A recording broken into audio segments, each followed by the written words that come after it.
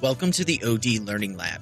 I'm Dr. Kyle Zamanek, and I'm joined again by my co-host, Dr. Anthony Atkinson. In the previous episode, we talked with Dr. Catherine Hansman about the foundations of mentoring, including formal, informal, and peer mentoring, and how these relationships shape adult learning and professional identity. In this episode, Anthony and I pick up our conversation with Catherine Hansman to address what problems is mentoring actually trying to solve, and for whom. From there, Dr. Hansman challenges us to look closely at power, privilege, and bias in our mentoring relationships, and to think more critically about how mentors are prepared and supported. We'll talk about mentor self-reflection, asking better questions, designing mentoring programs, and evaluating whether mentoring truly supports learning, equity, and growth. Let's continue the conversation. So going back to your research, what specific problem in mentoring were you trying to solve? And why did it matter for adult learners? Well, initially, I was trying to solve the problem of the lack of mentors to support myself in my program when I was a student. And I think I had sort of a limited view of mentoring at that point. I think I was just thinking, I have to find one mentor and that person will, blah, blah, blah, go off to successful career, all this kind of stuff. But reality hit and I realized there's more to mentoring than just this one-on-one relationship, that there can be other kinds of mentoring. And I was very lucky when I started my career. There was a lot of young and middle-aged women, who were getting doctorates, and we're also starting a career as a professor in adult ed. I think the year I was hired, I have no idea how many women were hired, but there were a lot, because we went to conferences. The ones who were more experienced than me reached out to me, invited me to go to women professor retreats, things like that. And it just formed the basis for a really good mentoring experience for myself, and also taught me to try to reach out to others and try to do the same thing. The aspects of mentoring I initially wanted to understand was how informal mentoring relationships are available or unavailable, particularly to those, who, because of race, class, sexual orientation, ability,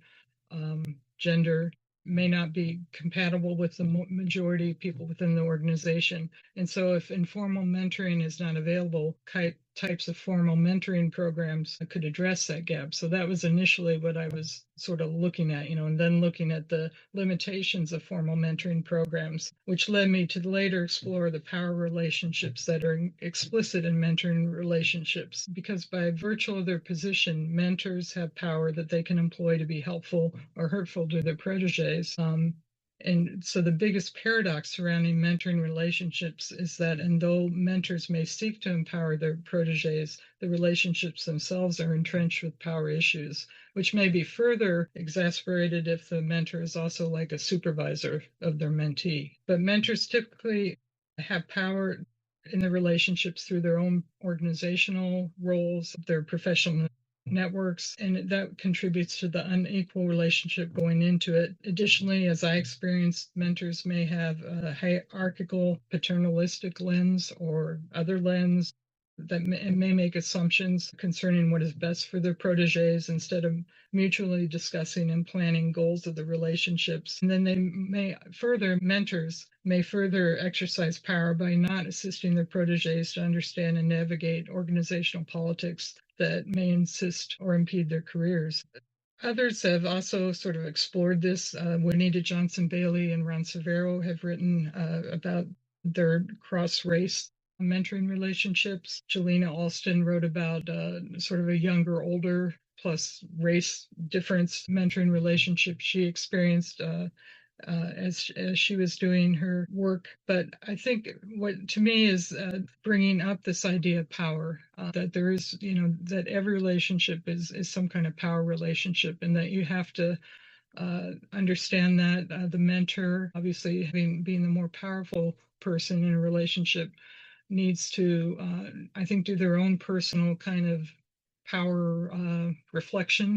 Where are we? How can I use my power to help? But first, probably, what power do I have to begin with? And just sort of recognize that as they go forward. So I guess clearly mentoring relationships can be pretty enriching for some as they journey towards their personal and professional goals, but they also can be problematic to those who have a sense of not belonging due to past negative experiences in mentoring or in their organizations. And then the lack of mentoring opportunities due to the factors we have already talked about may mean that people might not have the confidence and may not be reluctant to engage in mentoring either formally or informally. And this is where I think where peer mentoring can provide sort of a supportive bridge to maybe a future one-on-one helpful mentoring relationship. So I don't think I ever in my work have a solution for this power imbalance issue. I think it's more what I encourage is a reflective kind of approach to it and really understanding mentors really understanding the power they have and how to use that to really support their mentors rather than harm them. And also use that to maybe sort of challenge organizational norms as appropriate. I know that's probably a difficult thing to do in the current political climate, but looking at sort of the organization itself and how does the power of the organization have either support or impede mentoring relationships. When you do have those power dynamics, it seems you're recommending this like reflection based on the mentor if they're going to be taking on that role. And I was just kind of thinking through like, what are the ways that we can think through if someone wants to be a mentor to encourage that type of self-reflection? Is it through like emotional intelligence? Is it through journaling? Is it through an active practice? So I was just kind of curious about, and I know you said there's no like one solution to it, but just kind of, are there some strategies that mentors can take on in order to challenge those I would call them biases? Yeah, well, I think first trying to really do a self inventory on yourself. What are your biases? I mean, we all know we have biases. And I think probably, instead of just mentally thinking about them, doing some journaling and writing down specific biases you might have and how you might counteract those biases or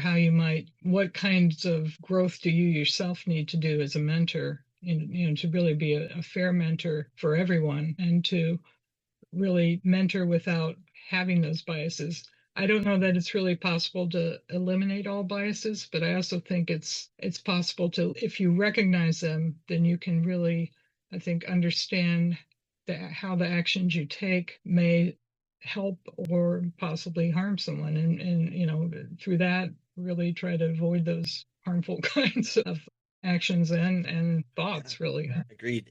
And I think like putting on my Gestalt hat, it's kind of also being like suspending judgment when we can. So like be a yeah, mentor, suspending, and then getting curious.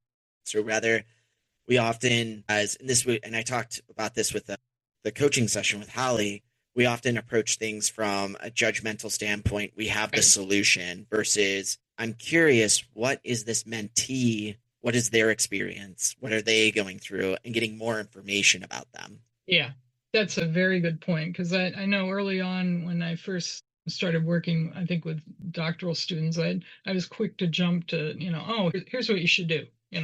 I got the answer. You do this. And you have to step back. You really have to listen. And that's really what I think is probably the most important attribute of any kind of mentor, whether it's, a one-to-one mentoring situation or even a peer mentoring. Really listen. Just open your mind, open your heart, and really listen to what it is they're saying to you instead of jumping in and giving them some solution or making a judgment about them and then acting, never really going beyond your initial judgment about what it is, who they are, or what it is they hope to get out of the relationship. Yeah, and I think that ties in nicely to my next thoughts that I wanted to kind of bring to you, Kathy, is, you said some things around, bias and assumptions, and we all bring bias into situations and assumptions into that. But, I think it was Colin said, or both of you said, talking about being curious, getting curious. So when you think back to your early times in your early academic career and you were assigned a mentor or had a mentor, what questions do you wish they had asked you? What questions do you wish they had brought to the table to be a little bit more curious? Because I think that also ties into like what suggestions you would have for those who want to be mentors in terms of not only listening, but what questions might they ask in that environment? That's a really good question. I guess in thinking back with, the professors I spoke at Ball State, who again were very nice people, but they didn't really ask me like, why are you in this program? What is your end goal? What do you want to do? And it wasn't until Butch showed up, and as a new professor, I thought, well, he knows what I need to do to become a professor. And he didn't ask me either, but I made an appointment with him and I went and asked him, what do I need to do? I'm in my second or third year. What do I need to do? And he told me, you need to write, you need to publish, you need to, present, you need to go out and get other, learn about the larger field of adult ed. So I think by not asking people questions, by not asking potential mentees or proteges, what is it you want? How can I help you support you to gain those things? What kind of support do you need?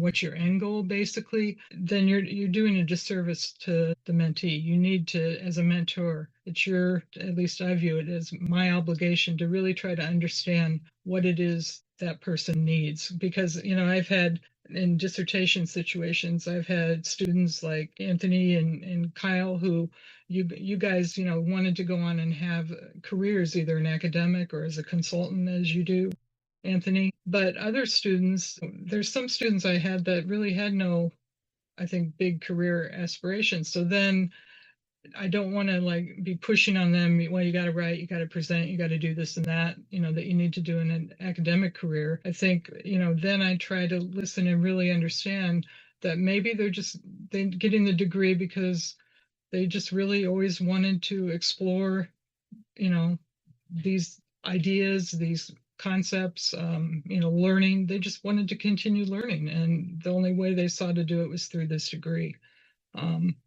So really, mentors have to ask questions, they have to listen, they have to mutually come upon goals, that they can both the mentee and the mentor can work on, and they have to be supportive. That's the role of a mentor. I'm wondering, what could we do as a collective or in higher ed or wherever do to better prepare professionals to be mentors? Because in your case, it sounds as if these particular people, like you said, were nice people, but maybe they just weren't prepared to be mentors.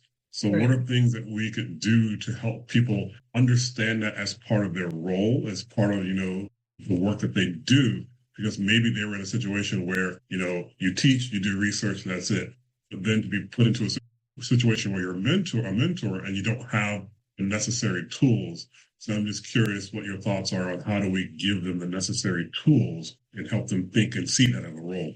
Yeah, that's a great question. And I think in some ways, it's almost like as you come into a new field, whether it be a professor or entering a new career, in a business kind of context, there needs to be probably a formal mentoring program for mentors, as you go in there. Particularly, and again, because I've spent so many years in higher ed, in the higher ed context, if you're coming in and as a professor and then you're going to start working with doctoral students, you need to understand, how that's going to work. And nobody in the several universities I've been at ever said, okay, here's what you need to do as a mentor for doctoral students. It's sort of a learned process. So I think in short, to answer your question, Anthony, it needs to be a more formalized kind of process. And also, though, I think not all professors or not all supervisors or senior employees are cut out to be mentors.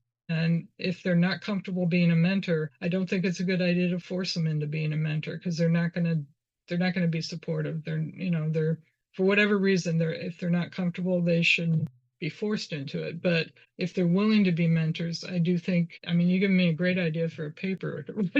I agree. Yeah, what can we do to better prepare people to be mentors? It's a great idea. Yeah, well, maybe we can work on it. I'm all for it. Okay, we'll go for that. It's funny. It's almost like there's a hidden curriculum of mentorship. Like, this is how you do it, and especially if it's not in the books, to be in a formal mentoring program. So what happens if an organization doesn't have a mentoring program? What are the steps that they should take to start one? Well, I think In some ways, it's a program planning question in a lot of ways. So I think following like Gaffron and Caffarella, their program planning model, which has I don't really like to think of them as steps because I know they're interactive and you can change them around, but it has things to how to organize things and beginning with a needs assessment. So I think it's important before you start or to try to start some kind of formal mentoring program that you have to do a needs assessment to see what the interest is, what people would want out of it, what are their what would be their goals and objectives in joining a mentoring program, being a mentee or a mentor. um, and then from there following along in the other steps, organizing it and who's interested in it. I also think you have to be really include Severo and Wilson's power and program planning and the planning table metaphor they use.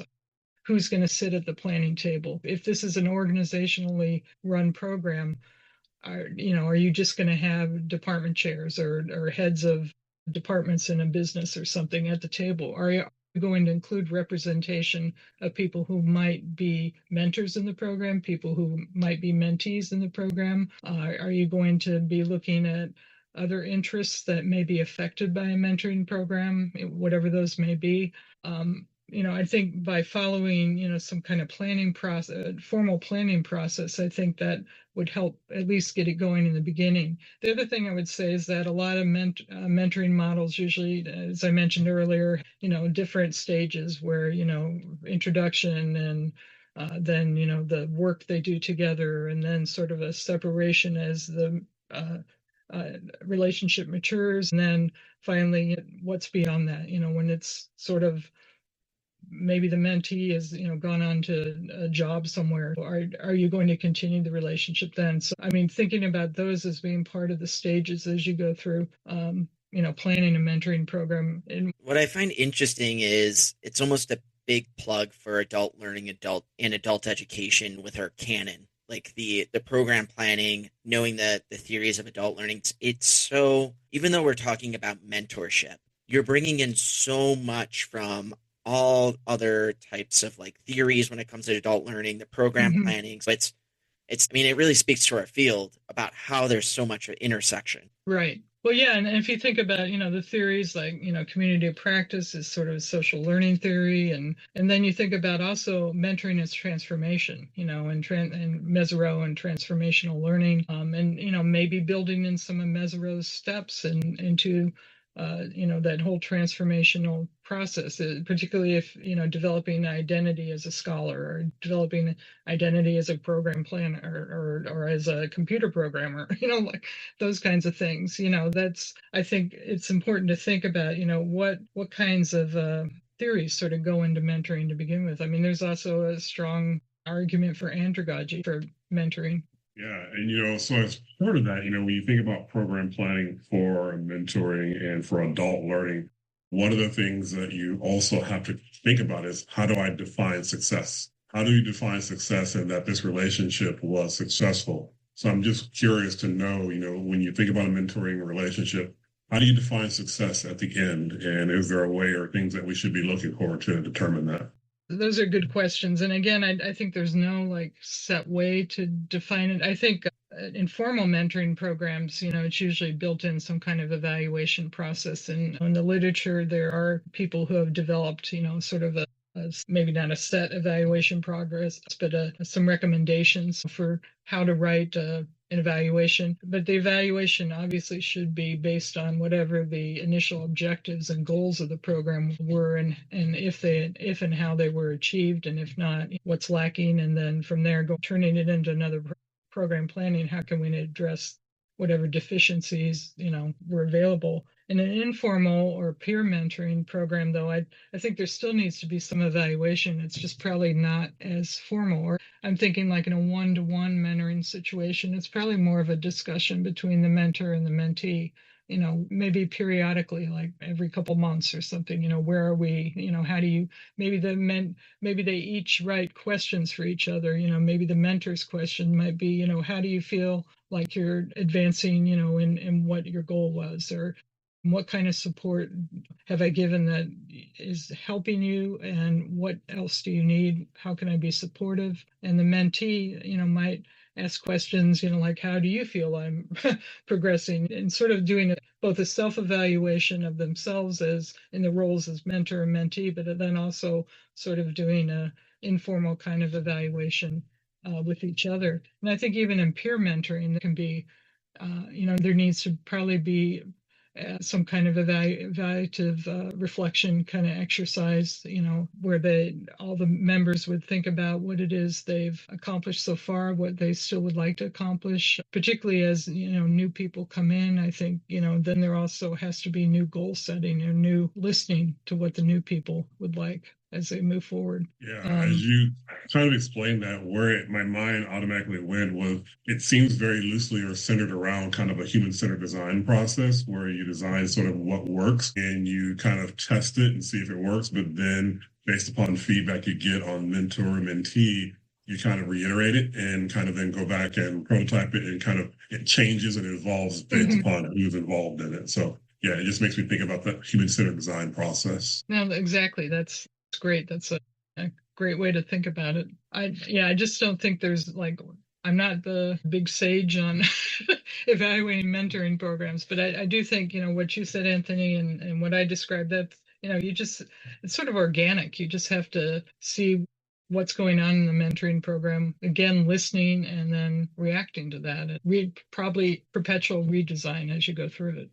Yep, exactly. And it seems like there's in going back to understanding our own biases in when it comes to mentoring, there's a feedback loop that, Kathy, you were talking about. There's within that evaluation, specifically when you're talking about the informal mentoring, is that there's feedback to the mentor about what the mentee is learning or going through, but also about their own process, right? And so they're continuing to learn and evaluate themselves based on the feedback of the mentee, as well as the mentor is providing feedback to the mentee. So there's this feedback loop that seems to be central to it.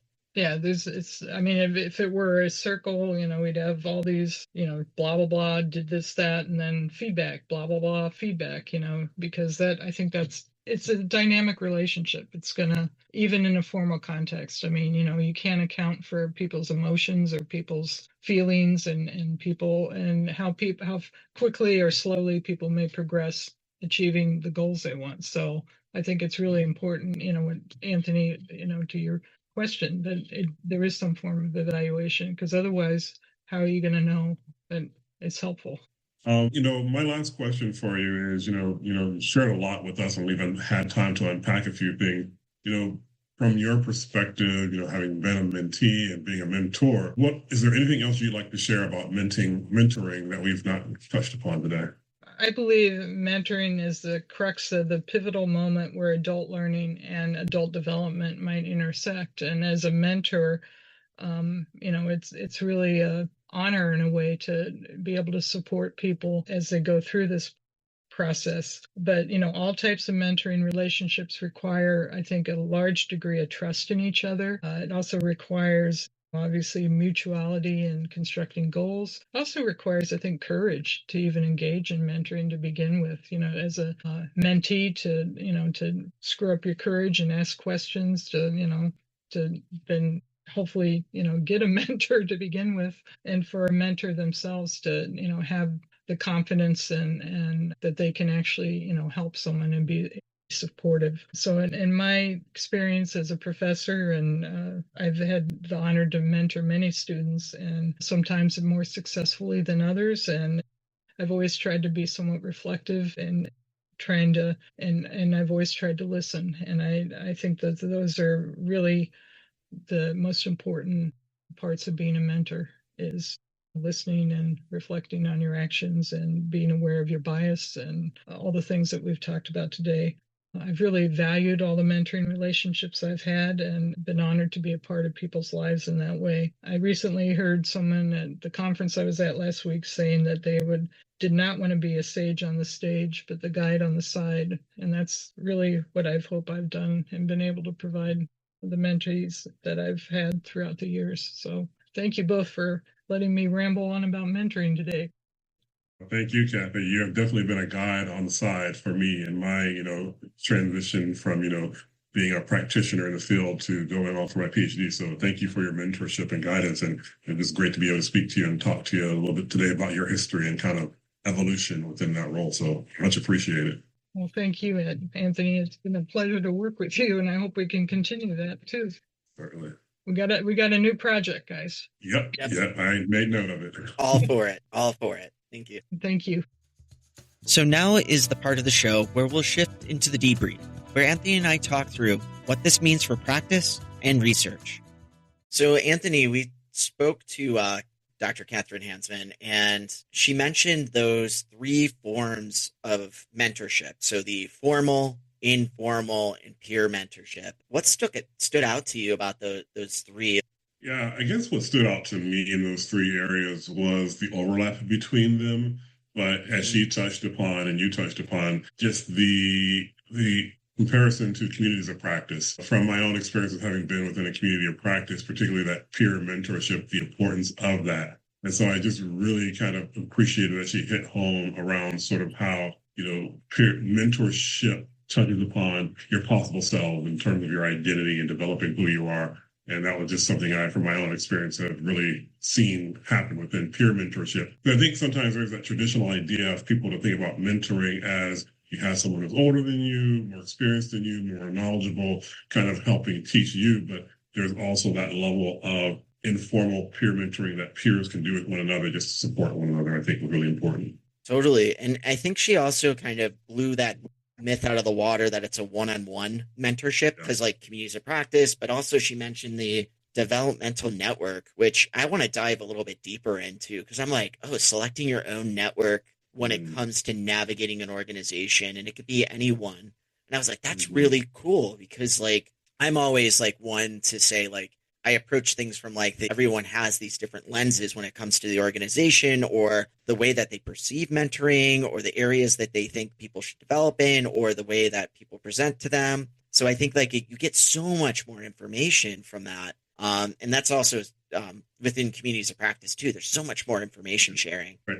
There's not only information sharing, but it's also networking. It creates a social network for individuals. And so I think about as, person of color going into sort of my academic program and going into these professional academic environments, not knowing anyone, being able to have someone on my community of practice that was a little bit more experienced opened up networks and opportunities. So I think it's also that level of social networking and creating opportunities for people that, could happen within a community of practice / mentoring kind of process. Yeah. And you bring up the point of, and Kathy shared this too, like being a woman faculty, specifically within a dominated white male area. And so like there's power dynamics that come into play. And so like she shared that powerful story about how she was paired with a mentor in a formal mentoring relationship and it just didn't work out because the guy he had his blinders on, right? And so it's like it stresses the importance of understanding our own biases when it comes to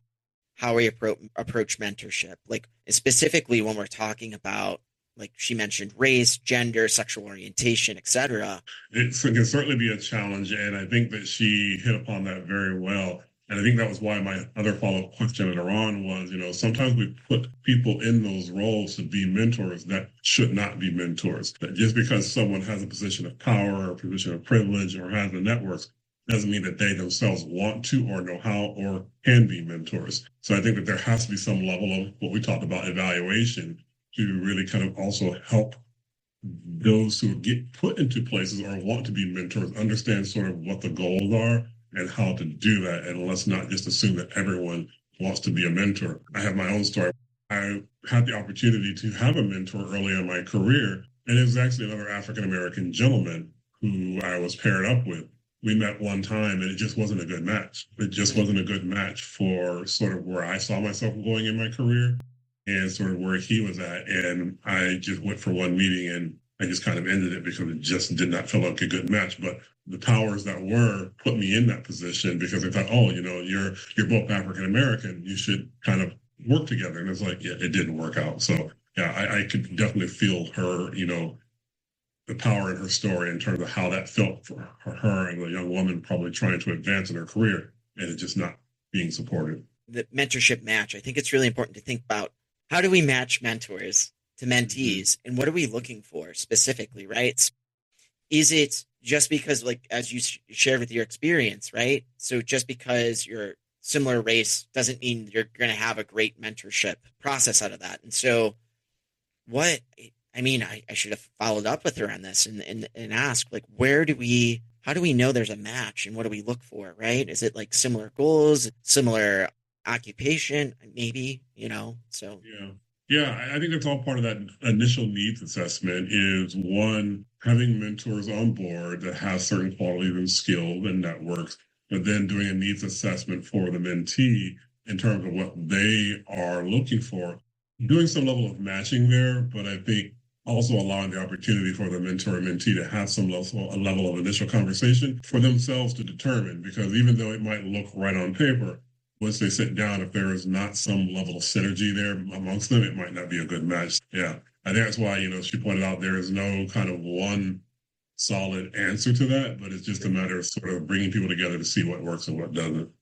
Yeah, that's an excellent point. So through the conversation, it seemed like we found a research gap or just a gap in general. For me, the lens coming from the practitioner side is what can we do to help better develop, professionals, whether it be within the workplace, higher education setting, practitioners or professors to see themselves as mentors and what kind of learning could happen and tools could we give them to feel more confident in that situation. So yeah, I want to unpack that a little bit more, but it's more about, how do we help professionals kind of also see themselves as mentors and what kind of tools do they need? But I think one of the things that, could hurt the process along and hurt mentees is when people get thrown into situations, it's like, oh, well, you're mentoring this person, you're a professor, you know how to do that. Or, you're a senior director within an organization, you should know how to do that. But it's very much like, going to school, learning your subject, but then saying, okay, well, now go teach it. And there is a process to that activity that sometimes people don't get. And I think that's what I want to help folks unpack is that process of what it means to be a mentor and in leadership roles. So yeah, something there. Yeah, definitely. And so giving them the proper tools and understanding what those tools are. And I think one of those tools is the evaluation of it, right? So that feedback continuing so that the mentor relationship can be improved. You talked about, the planning table. Who's at the planning table? Yes. I think that's a very important piece in terms of, adult learning and, who's at the table. One of the things that she also made me think about, and I've had this example come up recently in some consulting that I've done with some, local nonprofits, is while it's important to know who's at the table, and then say I'm keeping on the line with mentoring, who's there to be a mentor, it's also important to think who's not at the table. So, I had this example, with a lot of organizations that go after funding and go after, grants, and they bring one another together at the table. But then we also have to look at, representation in terms of who's not at the table and why they aren't there. And so I think part of that needs assessment and evaluation that we talk about with mentoring, you might be able to match people up. But then you have to kind of look at, who's not there in terms of leadership within your organization that might be able to provide someone with some level of, mentorship guidance that they're not there because you didn't hire them. And I'm thinking particularly about, within the LGBTQ plus community. So someone who might define themselves as LGBTQ plus, looking for someone of their kind of community to be able to come in and do mentorship. If you don't have those type of people hired within your organization, then how do you sort of, help those who are coming in who might identify that? And how do you help give them sort of some guidance in those areas? Yeah, that's a great point. The other thing that I was thinking about when we go to the toolkit is that we also have to, and I think Kathy mentioned this briefly, does the organizational context or does the organizational culture support mentoring? Right. You could throw a mentoring program anywhere, right? And you're like, okay, we're going to start this mentoring program, but yet there's nothing within that organization that creates like accountability or even just, let's just even talk about, you brought this up with when you were talking about technical assistance. If the day-to-day job doesn't allow them to have or integrate like mentorship into it because they're just too busy, it's not going to happen, right? So I think that wraps it up, and I think this was a really good start. Yeah, I think it was very good to have her on, and just also maybe just think about other individuals that we want to come on, and so for future podcasts and future discussions. Yeah, definitely, and future research. Exactly. Thank you for joining us today in the Learning Lab. If you have any questions you'd like to explore in future episodes, or if you're a professional or academic interested in joining us on the show, we'd love to hear from you. You can reach us at odlearninglab@gmail.com. Thanks for spending time with us. Keep learning, keep leading, and we'll see you back in the lab.